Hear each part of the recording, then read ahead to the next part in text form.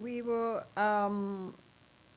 where are we? We are still going for the paramitas, these qualities needed for full enlightenment. So we have dealt with generosity, ethics, and patience, and now we're dealing with effort. So Atishy says, the supreme effort is letting go of activity. I am taking this to refer to our meditation practice. Many people, when they come to meditation, throw themselves into it with great enthusiasm. And certainly in the Tibetan tradition, when Westerners especially go in for longer retreats, they usually end up getting what is called lung, which is like a pranic imbalance. Sometimes they become very sick. And it's because they're trying too hard. And especially in our modern day and age when our lives are already so stressful, our lives are already filled with more than enough activity, both physical and especially mental, to make our spiritual practice into another form of stress and tension and got to achieve is counterproductive. There's nothing to achieve. There's nothing to gain. It's what we lose that is important, not what we gain. So we must be very careful not to plug in to that same old energy of got to get somewhere. What am I going to get out of this? What experiences am I going to get? How long does it take to get realized? That kind of pressure which we put on ourselves is very counterproductive. It's just the ego wanting to be spiritual. A bigger, better, more spiritual me. We can then tell everybody of the fantastic results of our great spiritual endeavors. This is exactly what we don't need. And so even back in the 10th, 11th century, Atishy understood that. And so therefore he says that the supreme effort is letting go of activity. So meditation shouldn't be more effort. I definitely, in the Tibetan tradition at least, the emphasis is on relax. Just relax. Make the mind open, spacious. Now, it's not like we're making the mind relax like lying out on the beach, going to sleep. It's not exactly that kind of relax. It's not going to sleep relax. The mind is aware, is conscious, is very, very clear, totally present. But within this open, spacious feeling in the mind. It's like, sort of like a paraglider. You know these paragliders, they're out there, they're not making any effort.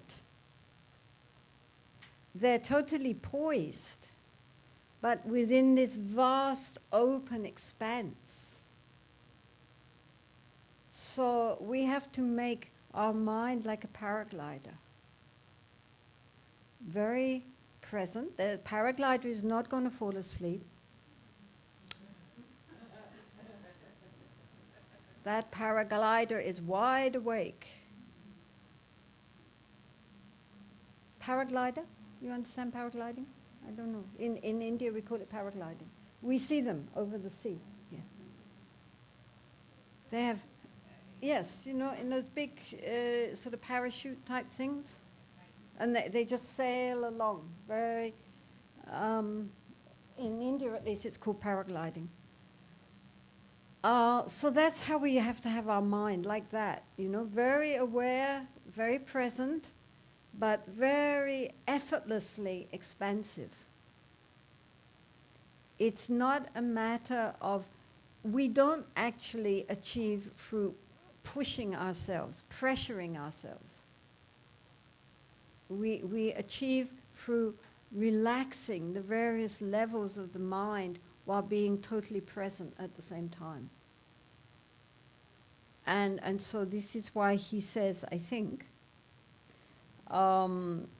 that supreme effort, the highest effort, is letting go of all mental activity and just allowing the mind to be as it is, but knowing. So it's not actually, we're not trying to do anything. We're trying to deconstruct and be present at the same time. Aware, conscious, awakening up. Does that make sense?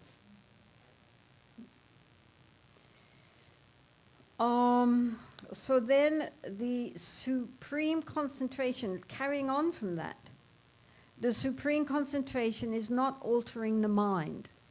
Again, we are not trying to constrict the mind into certain patterns. What we're trying to do, as I say, is to deconstruct the mind. We're trying to leave the mind as it is and just know it. Our whole problem is that normally, while we are thinking, while we are feeling, we are totally immersed in that. We're like being in the ocean, we're tossed up and down by the waves.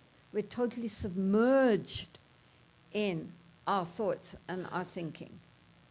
So the whole point is not so much dealing with the waves as dealing with how to know the waves. Then the waves will subside of their own. We don't have to force them to subside.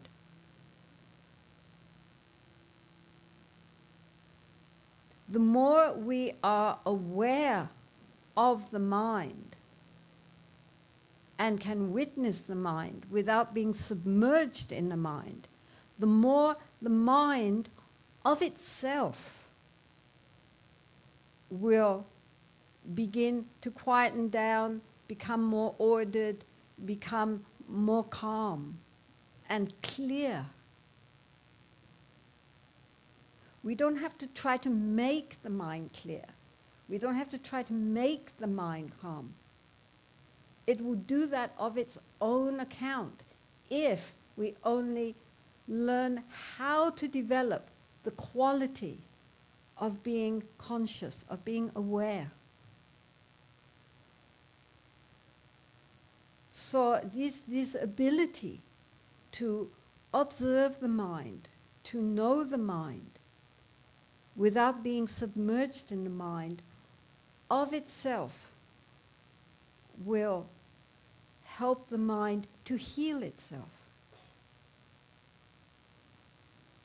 We don't have to do anything as far as that is concerned. So it looks like we're not doing anything. This is why he says, you know, we have to let go of activity. We should not alter the mind. The whole point is that this conceptual mind of ours, all our thinking and feeling and emotions, all of that tumult would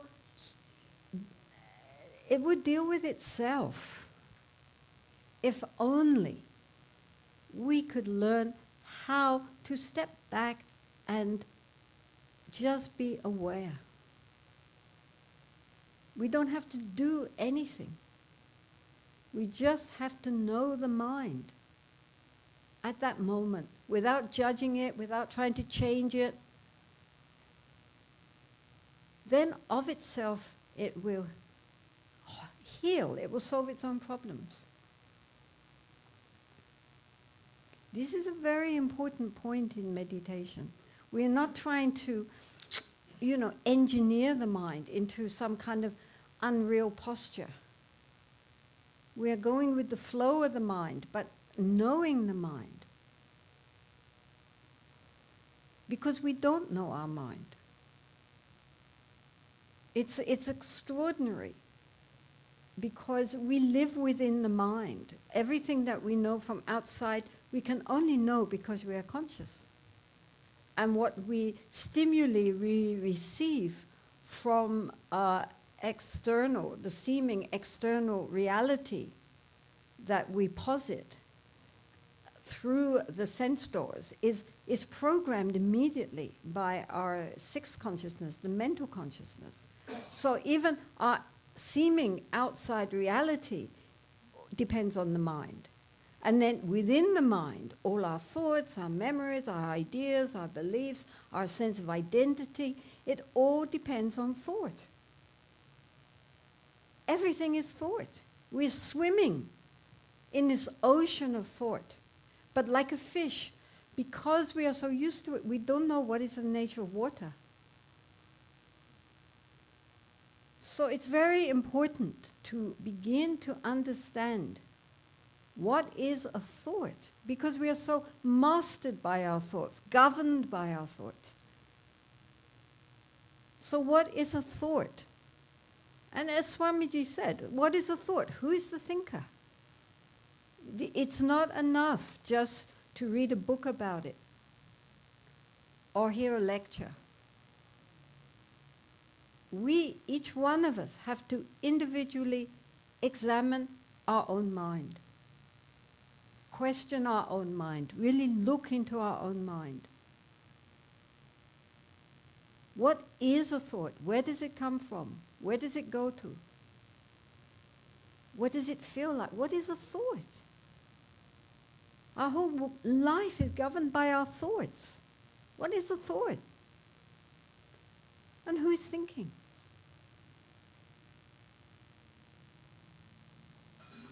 Once we really begin to examine this, this is what changes our internal landscape.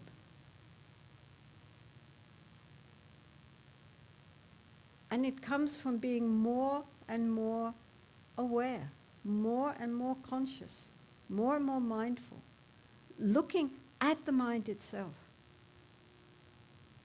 We're always looking outside. Now, turn that attention inside. Yes, so the supreme wisdom, the highest wisdom, is not to grasp onto anything as a self. So basically we grasp onto everything as a self. The ego tends to reach out to everything and think, this is me, this is mine. And that is basically our primordial ignorance. We mistake completely who we really are. And because of this, we are immersed in samsara. The antidote is wisdom. Wisdom means knowing very well, understanding from direct experience. It's not something we can read about things and think about things, which is important. We should study and we should think about what we have studied. Do we understand it really? Does this make sense for us? But then we have to integrate it. We have to become it. It's not enough that it stays up in the head as a brain activity. It has to come down into the center of our being so that then we transform. As long as it stays up in the head, it doesn't change anything. You know, yes, we know patience is good. Yes, we know we should be forbearing. Yes, we know that we should be grateful to other people who irritate us because they're helping us to learn patience. But then somebody upsets us and Oh, but wait a minute, I spent a week developing patience. So that's because our understanding is up here. We know all the answers up here, but it hasn't percolated down to become who we are and transform us within. And it's only when it comes down and becomes our true nature that we can say that we have genuinely transformed. So this takes time, but it's very important. Without that, it's not something which is going to really alter us at a very deep level. This is why many people, they for example, they come to here, they do yoga courses, or they do meditation courses, and they gain so much from it, so much inspiration, so much enthusiasm, and then they go home, and if they're not very careful, the whole thing kind of dissipates again. And they think, where did that go? I was sure that that was forever. And it's because it takes time for wisdom to really, really arise in our continuum. That, you know, just to know it's something intellectually is not the same as becoming it. So therefore the highest wisdom is not to grasp on anything as a self, especially not, you know, first of all, our false identification with our conceptual thinking mind and with all our egoic preoccupations. Everything that we are doing in our mind, thinking, is the ego. It's not the wisdom mind. But we need the ego to help us to discover, uncover our true nature. Then we can use the ego or not as we want to, but we're not fooled by it. At the moment we think it's who we really are. This is our problem. Once we recognize, no, it's just the ego, then, well, the ego can also be useful, but it's not, we don't identify anymore. It's something we can use. That's enough. It's not me, it's not mine. We don't mistake it for ourselves. And likewise, our possessions, people we love, our family, our partners, our children, and so forth. All of this, they are not me, they are not mine.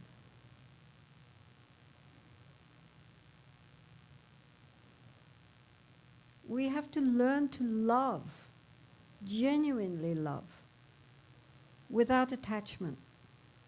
Somebody asked that question yesterday, and of course it's a very deep question which comes up again and again, because people confuse attachment or detachment, non-attachment, with coldness, with not caring.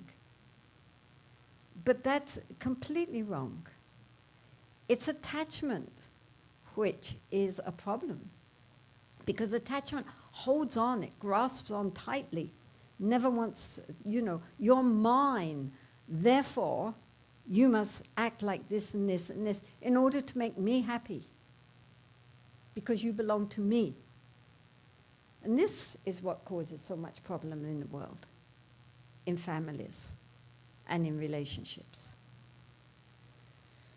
Sometimes, simplistic as it is, I say the difference between attachment and love is that attachment says, I love you, therefore I want you to make me happy. And love says, I love you, and I want you to be happy. Whether that includes me or not is irrelevant.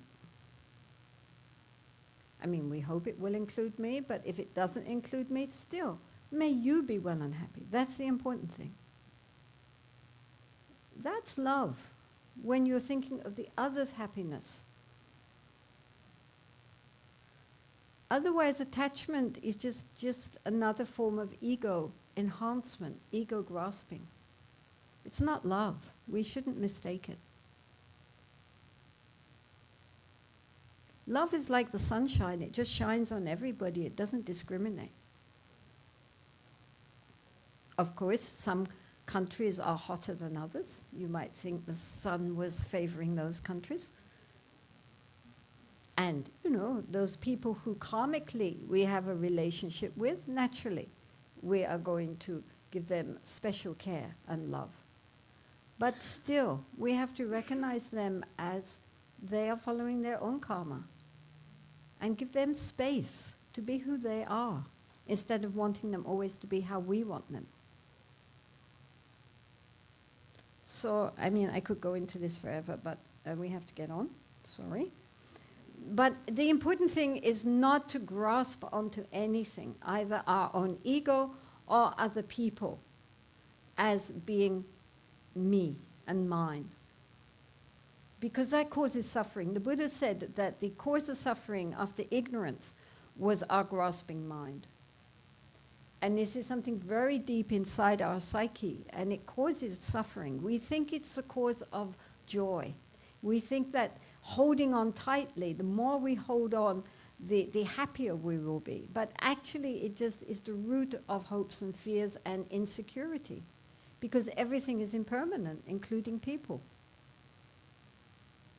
And if we accept that and hold it lightly, there's one in Australia, very famous cartoonist called Lunik, who is a very, very spiritual man. And he did this cartoon, a series of pictures about how to have love and respect for each other. And one of them, which I remember, was he said, it's like a day-old chick, a little baby chicken. You hold it very gently, carefully. If you go like that, no chicken.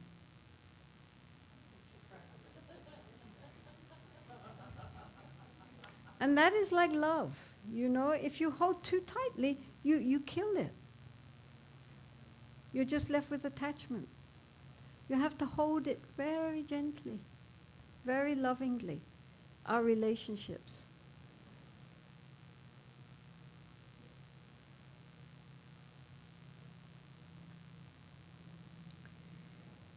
The supreme spiritual teacher is the one who exposes our hidden flaws. And the supreme instruction is the one that helps us to strike at those flaws. So that is rather like Swamiji was talking about yesterday on the question about truth. That truth should be kind, but kind does not always mean pleasant. That's very, very, very true, especially in the guru-student relationship. Any guru who only says to you what you want to hear is not a true guru. It doesn't help. It's like in yoga. If you have a yoga teacher who is only praising your asanas even when you're doing it wrong, what kind of teacher is that? You want a teacher to say, no, don't keep your legs like that, hold them straight and put them together, not flopping all over the place. You know, what are you doing here? Come on, you didn't listen to me. Put them together, straight. And you're grateful. You're not angry. That's what you've got a teacher for. A teacher is not only to show us the right way to do something, but to point out when we're doing it wrong. That's why we have confidence. That's why we trust. Because we genuinely believe that the guru or the teacher understands us better than we understand ourselves.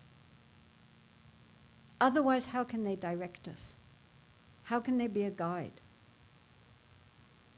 So, therefore, we welcome, or we should welcome, criticism. and the fact that they are able to see our flaws, and that those teachings and direction which they give will help us to compensate for those flaws. It's obvious. Any kind of instruction which is merely praising you up and making your ego float is pretty useless. Of course, we all need encouragement. But nonetheless, more important than just encouraging us is to show us how to do things better, where we've gone wrong, in any skill. I mean, if you're learning to play an instrument, if you're learning sport, if you're learning, as I say, anything, the instructor is there to help us to see our faults and show us how to correct them. Otherwise, it would not be a good instructor. I mean, that's obvious. So some teachers do this in a very kind and mild manner. Some teachers do this in a very ferocious manner, depending on the teacher, depending on the student, depending on what will be most helpful. But we should certainly welcome, even, and not just from a teacher, guru sitting on the throne, but from anyone, actually. When we receive criticism, our first reaction should not be to become defensive, but to ask ourselves, is what they are saying true? If they are pointing out to us some hidden fault, then we should be grateful. Thank you. I never noticed that. No, yes, right, okay. And if, with honest self-introspection, we don't see that actually that is a fault, or that sometimes people project their own inadequacies onto others, then we can say, no, I have many faults, but that doesn't happen to be one of them. And just let it go. But definitely, and when we receive any correction, it's very important to hear it and to really look into our heart to see whether or not this is accurate or not accurate. And of course, from a teacher, one would assume that, as I say, they really see. The whole point of a teacher, a guru, is a guide. So you always will assume that the guide has reached the destination that we are trying to travel on, not just read the guidebooks like us, that they've actually got there. So they have that confidence, yes, this is the path, don't go that way, go this way, and then when you go a certain distance, turn left. Because they know the terrain. And therefore, we have confidence and the humility to hear.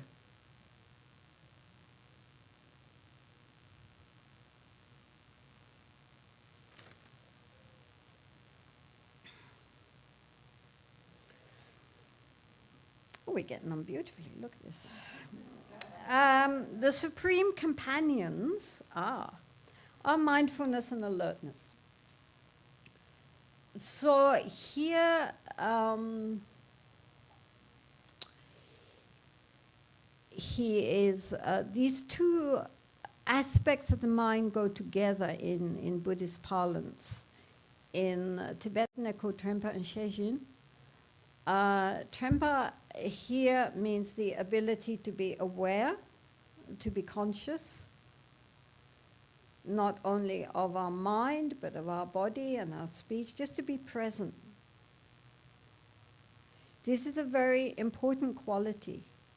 it's nowadays in psychology also, it has become a very important practice for people with psychiatric problems. I mean, the whole magazine, psychiatric magazines are devoted to mindfulness. It's the new buzzword. In Buddhism, mindfulness has many, many connotations and is much more than just merely being present and aware. But for now, we'll keep it at that. Along with that ability to become more conscious of how we are in the moment, is this other quality which is untranslatable, and therefore every translation has a different take. You have to know what the word is to know what they're talking about. Here they call it alertness. Some people say introspection, some people say clear comprehension. There are many different, nobody has the exact term, and you can always tell when there is not the equivalent in English, because every translator tries a different word. There just isn't quite that word. So, but what it means is simple. What it means is the ability to check up what the mind is doing. Somebody described it as spying on the mind. You're just looking. It's a quality of the mind which, while we're meditating, is also very useful.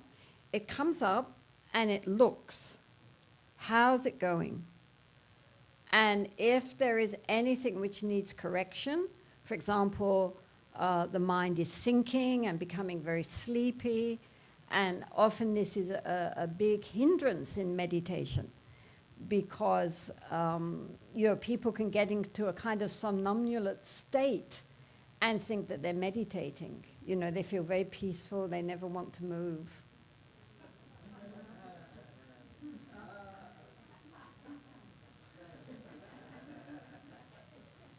But actually, there's no clarity in the mind. There's no spark in the mind. The awareness is completely sunk, and so it's like a half sleep.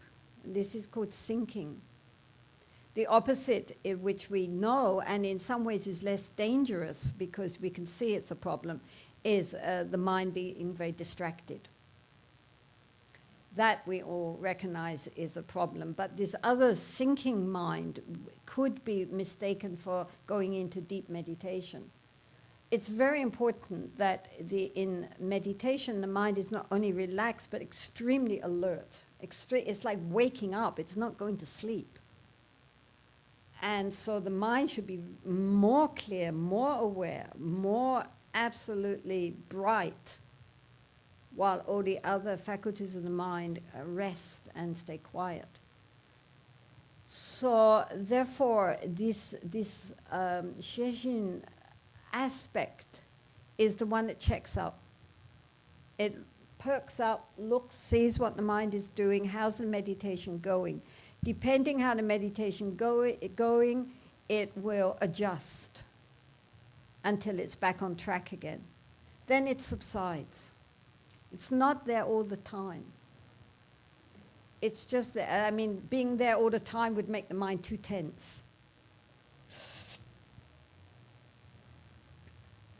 But it just looks, sees, if everything's okay, everything is going well, then it just dissolves back again. If things are not going well, we're sinking or we're really too distracted, then it will apply the antidotes.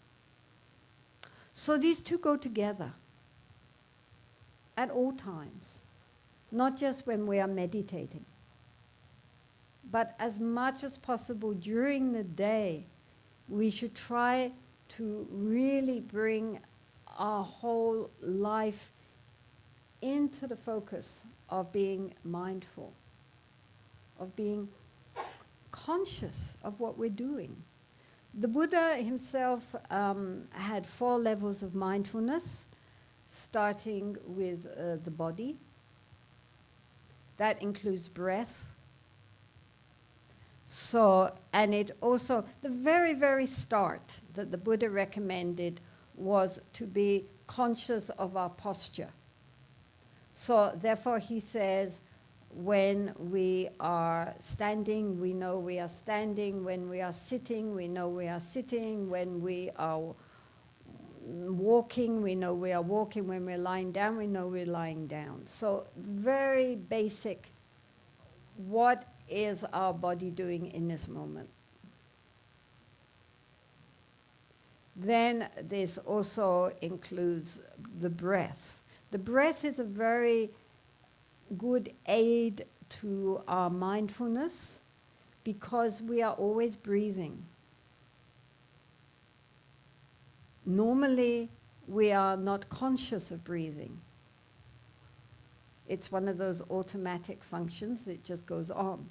But the moment that we bring our attention to the breath, we are present. Because as I said yesterday, we can't breathe in the past or the future, we only breathe now. So the moment that we bring our attention to the breath going in and out, that moment at least, we're present.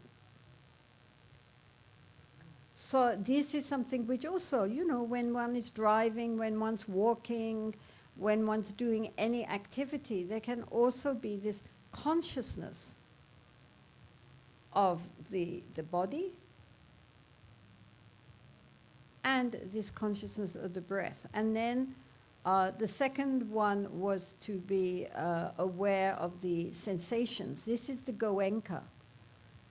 Any of you might have taken a Goenka Vipassana course. He focuses on the sensations in the body because normally we are not conscious of how much energy there is actually constantly in the body and how much feeling. So going from the soles of the feet to the top of the head and then back again, this sweeping through the body to become conscious of the energies, the vibrations within the body.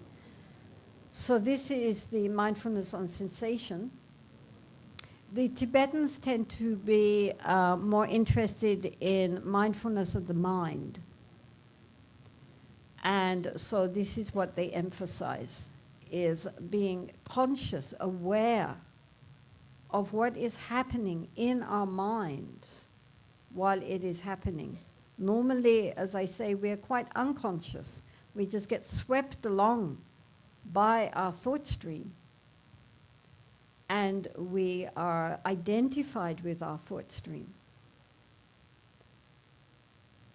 All our thoughts and feelings and ideas and perceptions and so forth. This, we identify this with who I am. And so in order to begin to loosen that very false identification, we need to develop this quality of mindfulness or awareness of the thoughts so that we see thoughts are just thoughts. They're not me, they're not mine. They're like bubbles, you know, very bright, very shiny, but plink, empty. Why do we solidify them and make them so as if they were something permanent and real? When we all know that moment to moment to moment, it's just a flow. So we need, again, to develop this quality, not only during our meditation, but at all times that we can remember to do it during the day, to become awake. What is going on in the mind in this very moment? How is the body positioned in this very moment? And gradually, gradually make ourselves more and more conscious. Because much of our time, however hard we think we're working, the stress comes not from the task that we are doing, but from all this other stuff which is going on in the head at the same time, that we're trying to fight our way through to get ourselves concentrated on what we need to do. That's what's stressful. Our minds are really totally out of control. and we're the slaves. I mean, imagine the one thing which we take with us everywhere we go is our mind, even when we're asleep. And yet we don't know our mind. We're the slaves of our mind. The mind is often very mean to us and says all sorts of nasty things to us that we would never say to anybody else.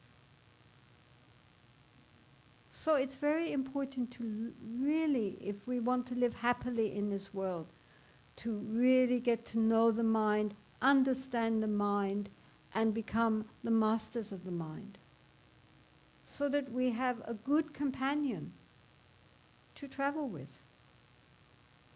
Wherever you have come from, you come here to the Bahamas, but you've still got your mind, same old mind.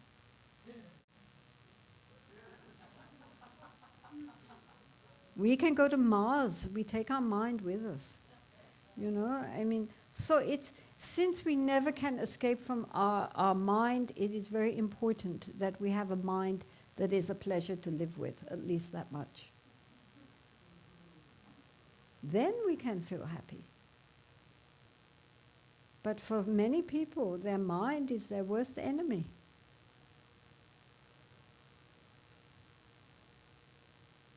Then they get depressed, of course.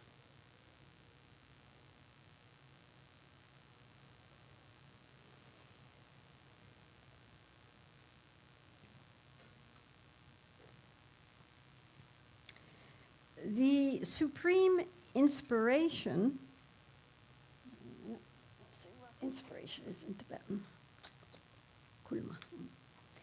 Okay, the supreme inspiration is enemies, hindrances, disease, and suffering.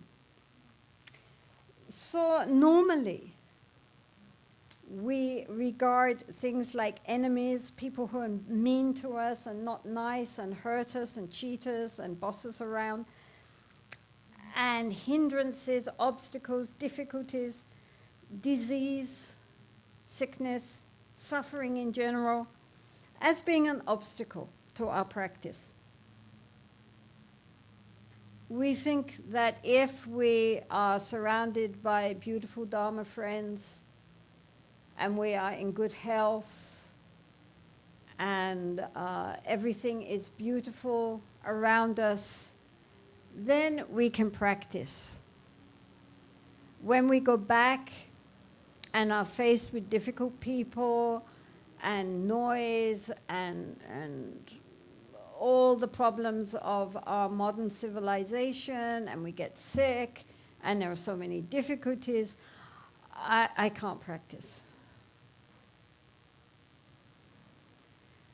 And so it's very, very important, and this was one of the main teachings of Cho Atishy, to recognize that difficulties and obstacles, sickness and enemies and so forth, far from being the obstacle to our practice, are the opportunities for our practice. It's a very, very important point.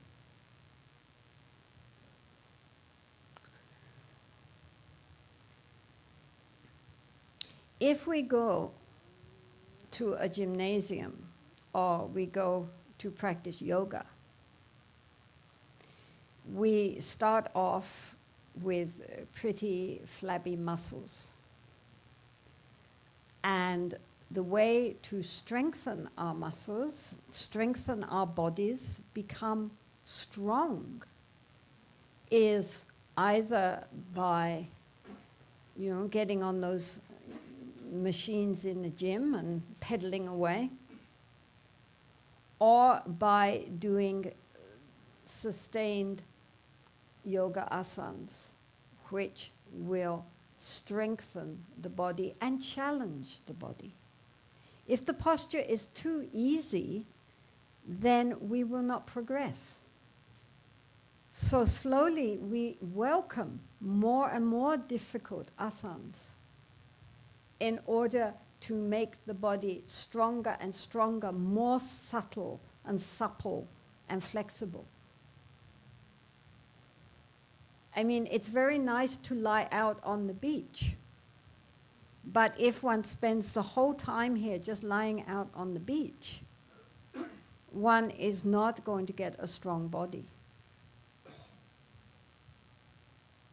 One gets a strong body by attending yoga classes and doing asanas. And likewise, in life, if everything goes easily and pleasantly, and one is only surrounded by people who are kind and loving and do and say exactly what we want them to do and say, that is very pleasant. But we don't learn much. It's very easy to be loving towards people who are lovable. The question is, are we loving towards people who are obnoxious? This is the question. So instead of resenting people, for example, who create problems for us and are difficult for us, and seeing them, as it says here, as the enemy, well, at least as somebody who is, opposing us, instead of projecting out a negative feeling towards that person, we can see this person as our guru, our teacher of patience, our teacher of forbearance. Now, patience, as you will remember, is one of the qualities needed for enlightenment. How are we going to learn to be patient and forbearing if we never have anybody who opposes us? So therefore, when somebody is difficult, instead of thinking, oh, this is too difficult, this person is really an obstacle for my peace of mind, we can be grateful to them because they are helping us to develop this quality which is very important in the world and which without them we would not be able to develop. Do you understand? So this turns the whole thing around. One time when I was in India, I was in Kerala, I think. And my friend wanted to meet this famous astrologer. So I went along. And so while he was there with all his books, I thought, well, let's ask. So I said, okay, I have a choice here. Either I can go back into retreat. This was just after I left retreat. I said, either I can go back into retreat or I can start a nunnery. What shall I do? So he looked it all up. And then he said, well, if you go into retreat, very peaceful, very happy, very conducive. If you start a nunnery, many problems, many challenges, many difficulties. But both are good, so you decide. So, of course, I thought, okay, back into retreat. Coward. But I met with this Catholic priest, and I told him, and he said, well, of course you start the nunnery. He said, we are like pieces of rough wood. And if we always stroke ourselves with silk and velvet, that is very nice, but we don't become smooth. In order to become smooth, we need sandpaper. So, when we meet with difficult people, when we meet with difficult circumstances, that is our sandpaper for making us smooth. And so, rather than resenting this, we should be grateful. What can I learn from this? If we are sick, instead of lying there feeling sorry for ourselves,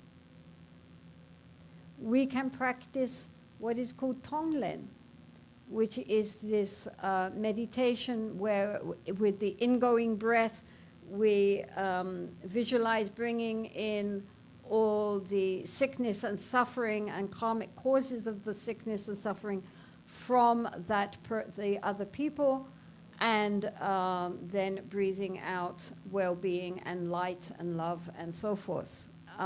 This is a very profound meditation. I'm not explaining it, but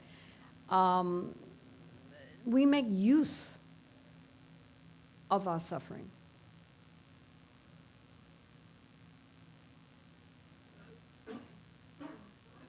Many Tibetans, during the communist takeover and the Cultural Revolution, many lamas were imprisoned, of course. And they had not done anything wrong, but they happened to be lamas in a position in the monastery, so they were imprisoned and put in labor camps. And many of them, because they still had loyalty to His Holiness and to the Buddha Dhamma Sangha and refused to pretend otherwise, went through many years of torture and interrogation. And eventually, after 20, 25, 30 years, they were released. And if one met them, it was very interesting. I've met several of them. And instead of, being broken, sometimes physically they were in bad shape, but you look in their eyes and they're just glowing with love and compassion. And one of them, who was daily interrogated and humiliated and tortured for many, many years, he said how grateful he felt to his torturers for helping him to develop great compassion. And you looked at him and he meant it. He said, I learned all about compassion when I was in the monastery. I had no idea. I would never have understood, except for my tormentors, my jailers. They really helped me on the path. I'm so grateful to them. And I really hope that they themselves will attain enlightenment. So this is what, of course, most of us are not going to end up in prison being tortured. But what we're talking about is that even the most awful things can be taken on the path, can be used skillfully. That the things which we learn about and intellectualize about become a reality when we are faced with real challenges. Then we know how we're doing, because it's very easy to be lovely and smiling and namasteing everybody in such a beautiful environment where everybody is friendly. Here at the ashram, people look at each other. They greet each other. Even complete strangers will greet each other. They have friendly heart. So it's easy to be friendly with friendly people. And this is beautiful. I'm not putting it down. I'm not saying that therefore everybody should learn to be mean. It's wonderful, and it's a refuge for people, to remind us that the world actually is full of beautiful people. Despite what we read in newspapers and on the news, actually, the world is mostly full of people who are good people trying. And it's beautiful, but we don't learn anything from that, not much. Yes, we learn to be friendly to friendly people, but the real challenge is to be friendly to unfriendly people. Personally, my own, this quality of taking difficulties and enemies, sickness, all the challenges of life onto the path, making that the path, is what Lojong means, this word Lojong, mind training. And for me personally, my Lojong practice is the foreign registration office of the police in Dharamshala, where we have to go to tell them we're leaving, coming back, renew our visas and things like this, and you've got all these guys there. I mean, it's a good Lojong practice, because also one can feel compassion, you know, because they're endlessly dealing with frantic foreigners, begging them, you know, for extensions of their visas and getting all uptight and upset, and they have to deal with this day by day by day. I don't think they deal with it skillfully, but they definitely, it's not a job that anyone would envy. And the minute you go into the office, you can feel it. You know, that tension there. And these poor guys, we just have to go in and then go out, and they have to live there all day long. So this quality of taking all the difficulties that we meet in our life and using that as the opportunity to develop ourselves is a very, very important one. In Buddhist cosmology, the highest realms are the various 26 levels of God realms, from very sensuous realms to extremely mind-only realms, and all stages in between. But their one characteristic is that they are pleasurable. They are the result of good karma, and so you have body of light, anything you want, it just spontaneously appears. Everything is delightful. It appears that one's life goes on forever. It doesn't, of course. When the good karma is finished, then we come down. But at the time when they're up there, they think it's all very wonderful. And everything is love and light. But it is regarded as essentially a spiritual dead end, because one isn't learning anything. There's no need. Everything's lovely. There's no incentive. There's no inspiration to transform the mind, because everything is so pleasurable, endlessly, it seems. On the other hand, on the other extreme, the very lower realms, which are a projection of a very distorted mind, are unremitting suffering. And so one is so caught up in one's paranoia that one cannot think outside of oneself and has no energy left over to try to develop spiritually. And therefore, the human realm is considered the ideal realm for spiritual progress, because we have this balance of pleasure and pain. The pleasure helps us, you know, keep going. It's, you know, we need also as animals to have pleasure. But the pain, the difficulties, the challenges in life are what help us to develop spiritually. Most people, when they get to a certain age, recognize that actually where they really developed was during times of great difficulty. At the time, it was very painful. But if we go through that, then looking back, we can see that actually this was very helpful for us. We learned a lot from that. And so, therefore, it's very important to recognize that the difficulties of life, the challenges of life, our losses, our sickness, antagonisms that we meet from others, and so forth, are calling us to practice. How can we deal with this situation skillfully? What can I learn from this? How can I use this on the path? So for this reason, it's called an inspiration. It's a kulma.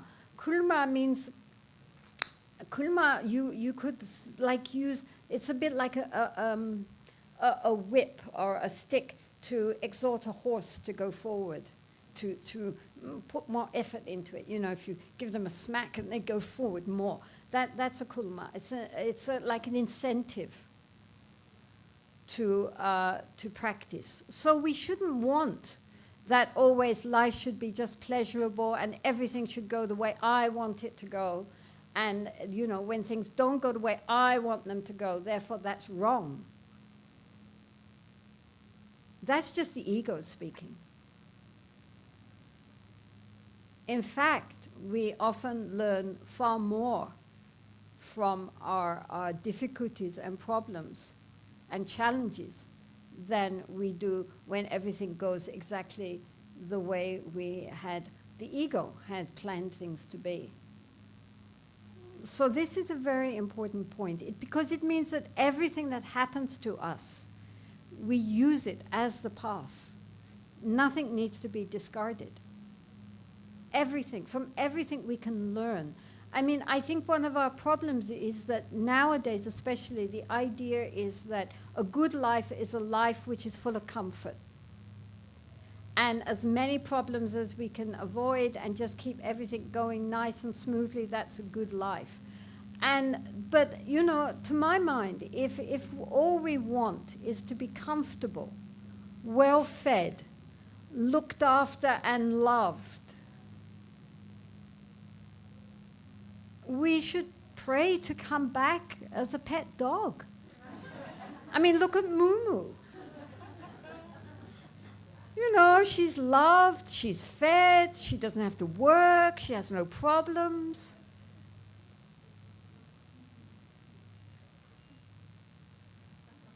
I mean, if that's all we want from life, but is that what we're here for? Aren't we here to learn, to develop, to transform? In which case, we have to take everything onto the path and use it.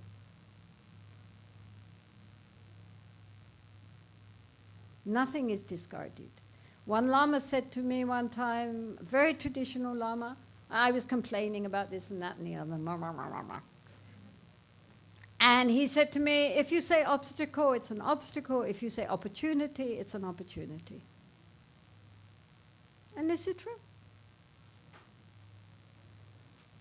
There is nothing which happens to us that we cannot learn from. The supreme method is to be natural. And again, I would take this to mean that exactly what it says, that we shouldn't try to be something we're not. That you are not all going to transform yourselves into, unless you are Indian, you're not going to try to transform yourself into Indians. We are not trying to transform ourselves into something which we are not. We're trying to express our true nature and not pretend to be something we're not. Certainly, within my own spiritual tradition, it is, as with a yogic tradition, sometimes it's difficult to discriminate what is culture and what is actually the spiritual path. And to a certain extent, we can absorb the culture too. But nonetheless, we have to recognize that the culture is just a culture. It's not the path. This becomes very clear in Buddhism, where it went to many different countries after India and absorbed the culture of those countries. So you have Chinese Buddhism, Japanese Buddhism, Tibetan Buddhism, Thai Buddhism, and so forth. And so there you can see very clearly how the essential Dharma truth took on the flavoring and the coloring of the culture which it went to. Buddhism is very absorbent like that. It was very happily absorbed into anything, and at the same time maintain its integrity. So it's very important to, when I first met my Lama, he said to me, always recognize that Tibetan Buddhism is half culture, half Buddhism. So you can throw out the culture, just don't throw out the Dharma. But of course it's not so easy, because, you know, it's not like here's culture, here's Dharma, boom. You know, by this time it's all gone like this. So sometimes it's difficult to separate what is actually just cultural and helpful for Tibetans, but not necessarily helpful for non-Tibetans, and what is genuine Dharma. And likewise with the Hindu tradition, a lot of it is Indian culture. And while one can adopt that to a certain extent, one also has to discriminate because, you know, one shouldn't try to become the perfect Indian. That's not the point. One should be natural. And look at the teaching and apply it to oneself and one's own life. And not try to pretend to be something one is not. In Mahayana Buddhism, then that would be like pretending to be an 8th level bodhisattva when we hardly know how to even look at the mind. It's like trying to pretend to be something beyond what we are. Of course we are striving, of course we are aspiring, of course we are trying, but we have to be honest with ourselves and with others, not try to pretend a role. We are all playing roles. We play the role of our gender, the role of our nationality, of our race, of our social positions, of our professions, our education, our religion. But within that role, we play roles of being mothers and fathers, of being daughters and sons and family and friends and whatever. I mean, endlessly we're playing roles. That's fine, as long as we recognize they're just roles. Some of these roles are very useful, some of them are. The problem is when we identify with the roles and we think that's who we really are. And so it's no good putting on, you know, the word personality comes from the word persona, which was the mask which was used in Greek and Roman plays. They didn't show the face of the actors, they wore masks to portray the role they were playing. So our persona is the mask we're wearing to depict the role we are playing, which is fine as long as we don't identify with that. We recognize it's just a persona. It's just a mask. And in this way, we remain, therefore, true to ourselves. We remain natural. We don't try to pretend to be something that we're not.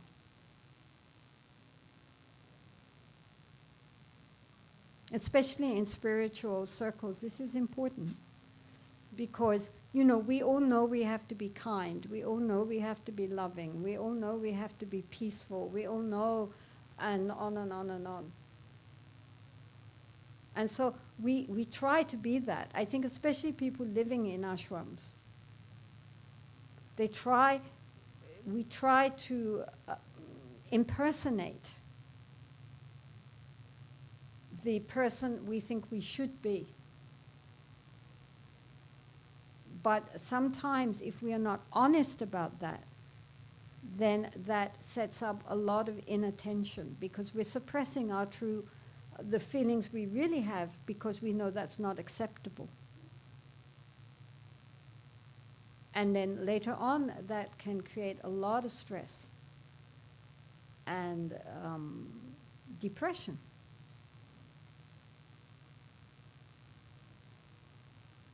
Because we're not being true to ourselves and our level of development at this time. It doesn't mean that if somebody annoys us, we can just be angry. I mean, but we have to recognize that we feel angry. Even if we don't respond with anger, because anger is not skillful, and so we try to be patient. That's fine, that's good, that's part of the practice. But if we deny to ourselves that we actually are very irritated, then we're in trouble. At least we should be honest with ourselves. Do you understand what I'm saying? Of course we are trying to improve. But we have to be honest. Otherwise we end up just playing a part. It's not real.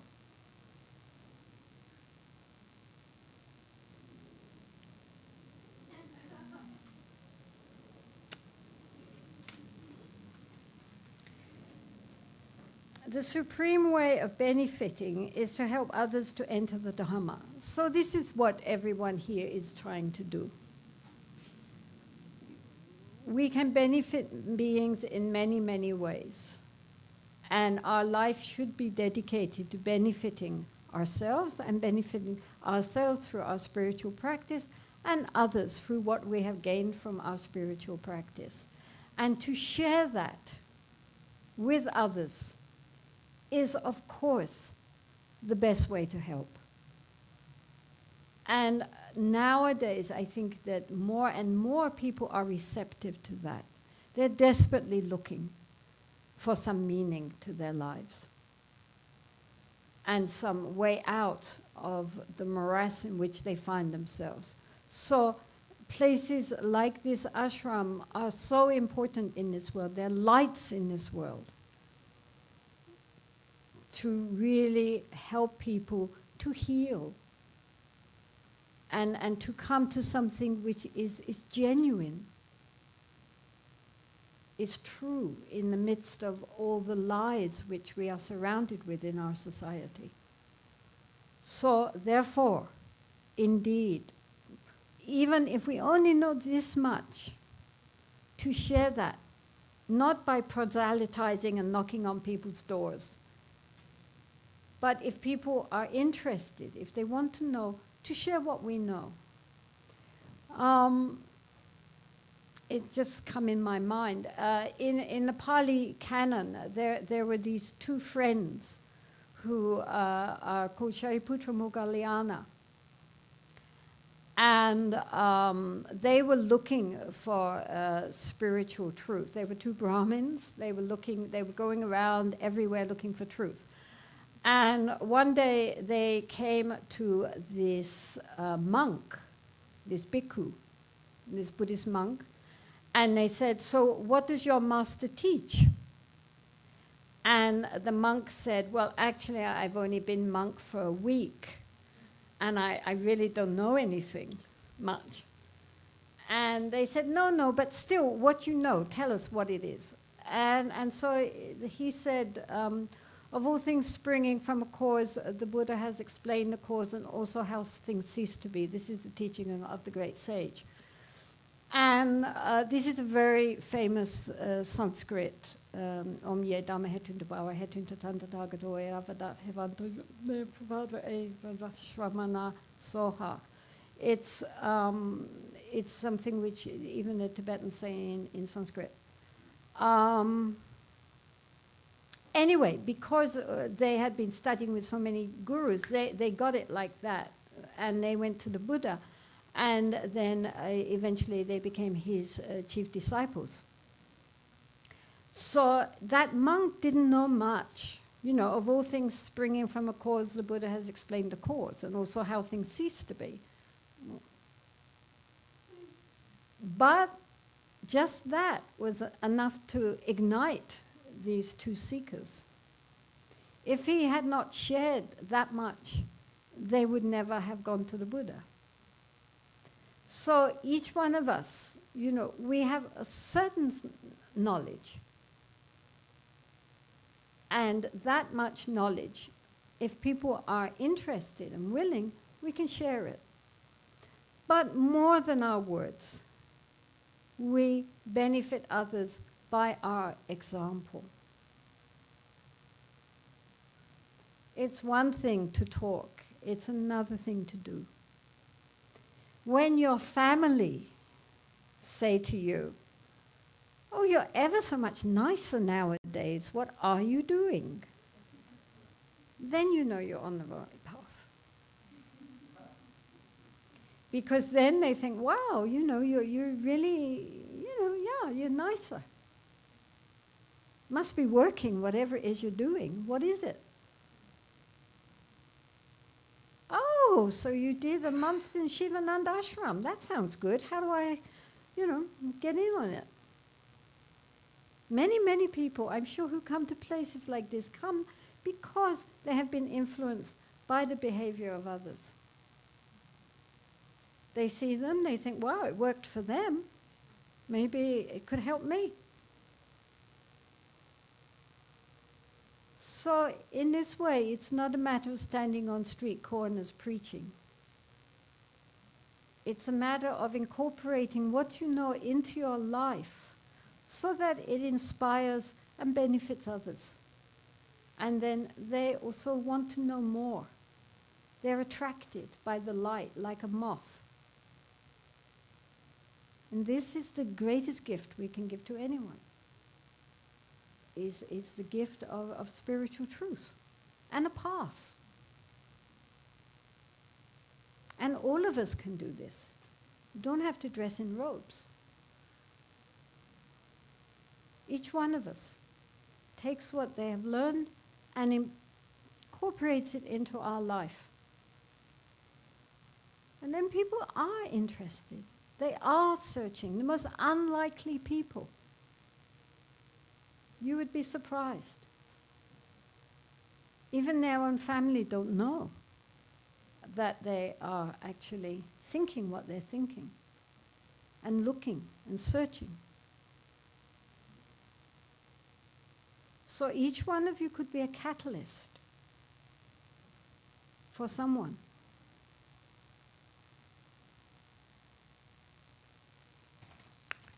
So the supreme benefit is a mind that turns towards the Dharma. So again, the fact is that what will benefit us most is a life which genuinely is directed to the spiritual life. That we don't just become spiritual when we come to ashrams. It's not the body that takes on the Dharma. It's the mind. And so the greatest benefit for ourselves and for others is a mind that turns towards the spiritual and places the spiritual at the very center of our life, not at the periphery when we have time. Everything we do, everything we say, everything we think should be an expression of our desire to merge with the Dharma, with the spiritual.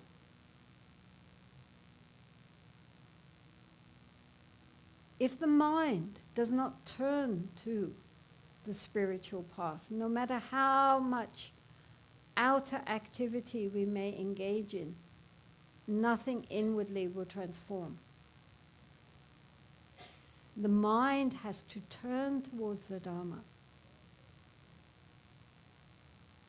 not turn outwardly always towards external distractions. It doesn't mean that we cannot live a normal life, but we live a life which nonetheless is soaked in our view. In Buddhism, the view is considered to be the crux of the matter. How our outlook, our understanding, how we think, what is important, what is not important, our view of everything, that colors everything that we do and say. So therefore, it's very important that the Dharma is at the center of our lives. is the pivot around which everything else spins. Cultivating qualities of the heart and mind. Taking everything and using it to develop ourselves and benefit others. That is the center of our life. Then that means the mind turned towards the Dharma. Otherwise, outwardly we can do all these outwardly good-looking things, but it hasn't transformed anything inside. What we have to do is transform.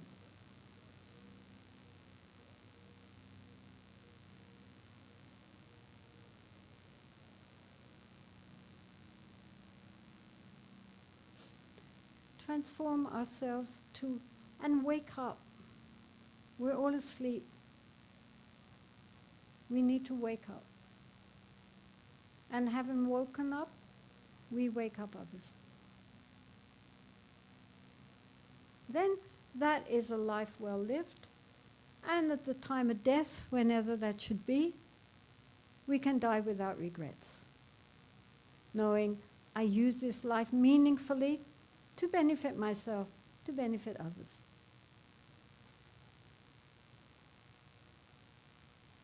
So this is good news. Don't look so worried. What's the time?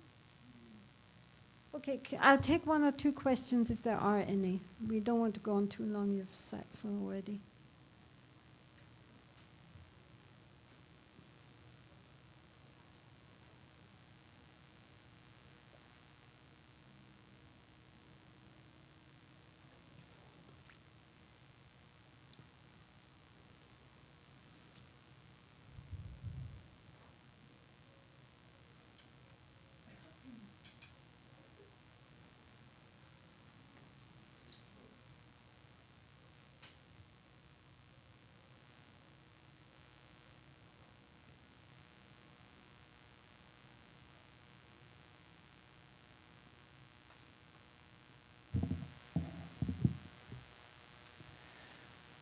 It is our own intentions and many imperfections that create suffering for others and ourselves. You said yesterday even a baby is born with the innate trait to crave. What might have been the intention of the Creator to not just create, let's say, a universe of eternal bliss, where we don't even need problems, hindrances, famines, world wars, Hitlers, etc., to learn? Actually, this is a question you should ask Swamiji, because Buddhists don't believe in a creator. The Buddha said that the universe is created by the karma of the beings occupying that universe. So why it happened that we do have these deep sources of ignorance and from that greed and anger, who knows? It's something which is happened an awfully long time ago in the endless cycle of birth and rebirth. The Buddha said, when somebody asked him why, all these negative emotions in our mind and how was that created? He said it's like someone being shot with a poison arrow and then saying, no, don't touch the arrow. I want to know what was the species of bird which was from those feathers, and what kind of wood was on the shaft, and what was the caste of the arrow maker, and so forth and so forth. And he said, you'd be dead before you answered those questions. The point is to pull out the arrow. So, as I say, from a Buddhist point of view, our sufferings and the wars and our distress, as well as our joys and pleasure, are created by the karma of the beings who occupy this planet, not just human beings, but all beings. And if we continue to make negative karma, we will have negative results.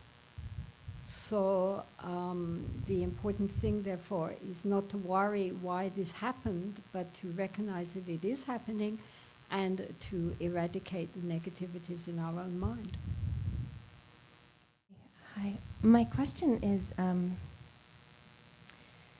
about the difference, because it seems like a subtle difference between observing the mind and not like allowing it to be, but then also allowing mindfulness to come in and notice what's happening, and if things are going okay, allow it, and then if there's something that needs to be, the difference, that subtle control, where?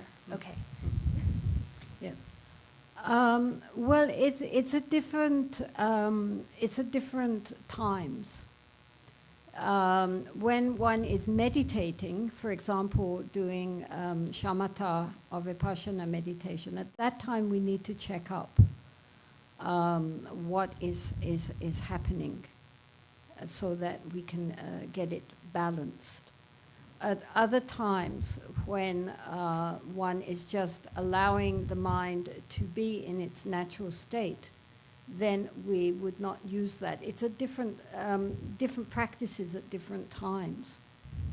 But in general, for once we have got that ability to focus the mind, then we can allow just the thoughts to come up. And from time to time, you see, this shishin doesn't stay there for long. It just looks and sees how it's doing. Has the mindfulness declined? If the mindfulness is still clear and shining, then it doesn't interfere with anything. It's only if the mindfulness has declined that it brings it up again. Do you understand? I mean, it's important to because if we think we're being mindful, we might not be. Right? I mean, our mindfulness can sink. And so from time to time, we have to make sure that it's still functioning. You're not dealing with the thoughts. You're dealing with making sure that the mindfulness is still clear. So it's accompanying the mindfulness, right? It's like a support for the mindfulness, to make sure the mindfulness is still, the awareness is still bright and shining and that's not declined. Thank you. How do we know the difference between what is true? This is on the supreme method is to be natural, right? Mm-hmm. The supreme method Mm-hmm. is to be natural. Mm-hmm. So you spoke about the persona, the masks that we wear. How do we distinguish between the persona and what is true? How do we even reach for that? And that's what meditation is about. Because while we're sitting in meditation, there's no persona. We're not playing any role. We're not even, there's not even a gender bias. I mean, while one is meditating, one is not male, one is not female. One is not a wife or a mother, or our race is irrelevant. We are just sitting there observing the mind. And in sitting there observing the mind, there's no role to play. So then we begin to understand gradually, once our awareness becomes very powerful, then we can become aware of the awareness. Because, you have the thoughts, and then you have that which is watching the thoughts. But then we have to observe the observer. But of course we cannot really observe the observer. So then when we try to observe the observer, like the eyes looking at themselves, something else happens and the whole edifice falls away, and we go into a much more profound level of non-dualistic consciousness, which all religions recognize. They call it many names. But all spiritual traditions rather than religions. Religions tend to be very dualistic. But all genuine spiritual traditions recognize that there is a level of awareness beyond thought, no subject-object. That is our true nature and is absolutely beyond roles. But before that, even just mindfulness, bare mindfulness is in itself, it's very pure. It doesn't have to do with who we are, the games we're playing in our life. And so then we can recognize that, you know, we have to play these roles. A mother has to be a mother. And it's perfectly fine, you know, as long as we don't think that's who I am. It's a role I'm playing. And as I say, the way to directly see that is when we are in a state of, for example, meditation, where one can drop all one's roles. Haven't you found that? I mean, when we are meditating, we're not thinking who I am. All that just falls away. There is just this awareness and the thought flow. But, you know, it's not male or female or old or young or American or Israeli. I mean, it's irrelevant. Isn't it? So as long as we remember that, then we can happily play as many roles as we want. As long as we don't identify. I mean, we can play our roles very well, but recognize they're just roles. Which you know, because if you're a mother, you're a mother, but when you're a wife, you're a wife. Now, as a wife, you're not the mother. Right? You're switching to another role. And then you go to work and you have your profession. Then you're not the mother, you're not the wife, you're another role.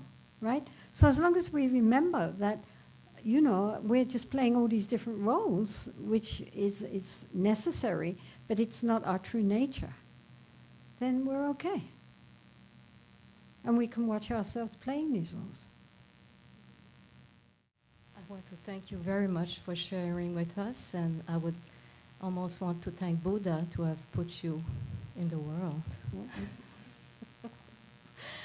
I would like you maybe to say again the mantra that you were repeating yourself when you were 19. You mentioned that about 2 days ago.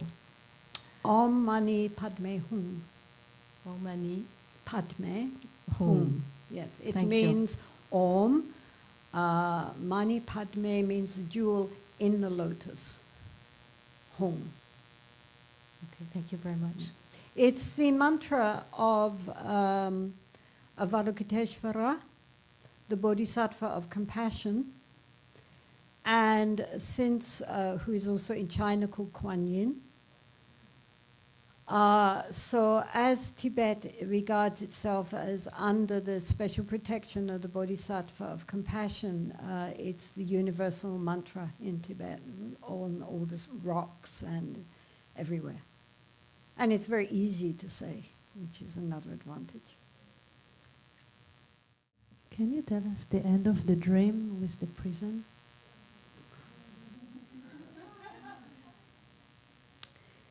I usually don't tell the end of the dream. It's a little embarrassing. Okay, so I was running outside this endless prison. And then I was going to go back, and then I remembered that my friends were only running because I was running, so therefore, for their sake, I had to keep running. And the moment that this aspiration for, the reason I was running was not for me, but for them, the road came to, the prison came to an end, and the prison was going like, the road was going like this, and so then I came to a road which went like that. And it was, my mind, it was kind of like full of nice, very fancy suburban houses. There were lawns and trees and nice houses. And so then I went up the path to the first house and knocked on the door.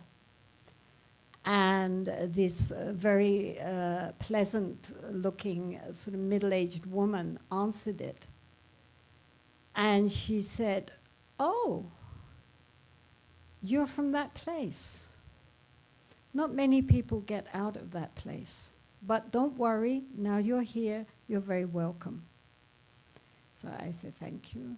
And then she said, "But of course, now you are out, you must help others also to get out." And I said, "Yes, well, I tried. But, it's very difficult. I can't do it, I tried before to get more people to come, but they weren't interested. What can I do?" And so she said, "Don't worry, you are not alone. The powers, the higher powers are behind you, and they will help you." So then I said, in that case, I vow to spend the rest of my life helping others to escape. And then I woke up. It's just a dream.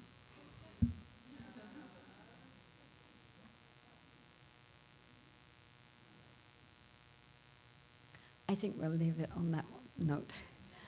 Okay, so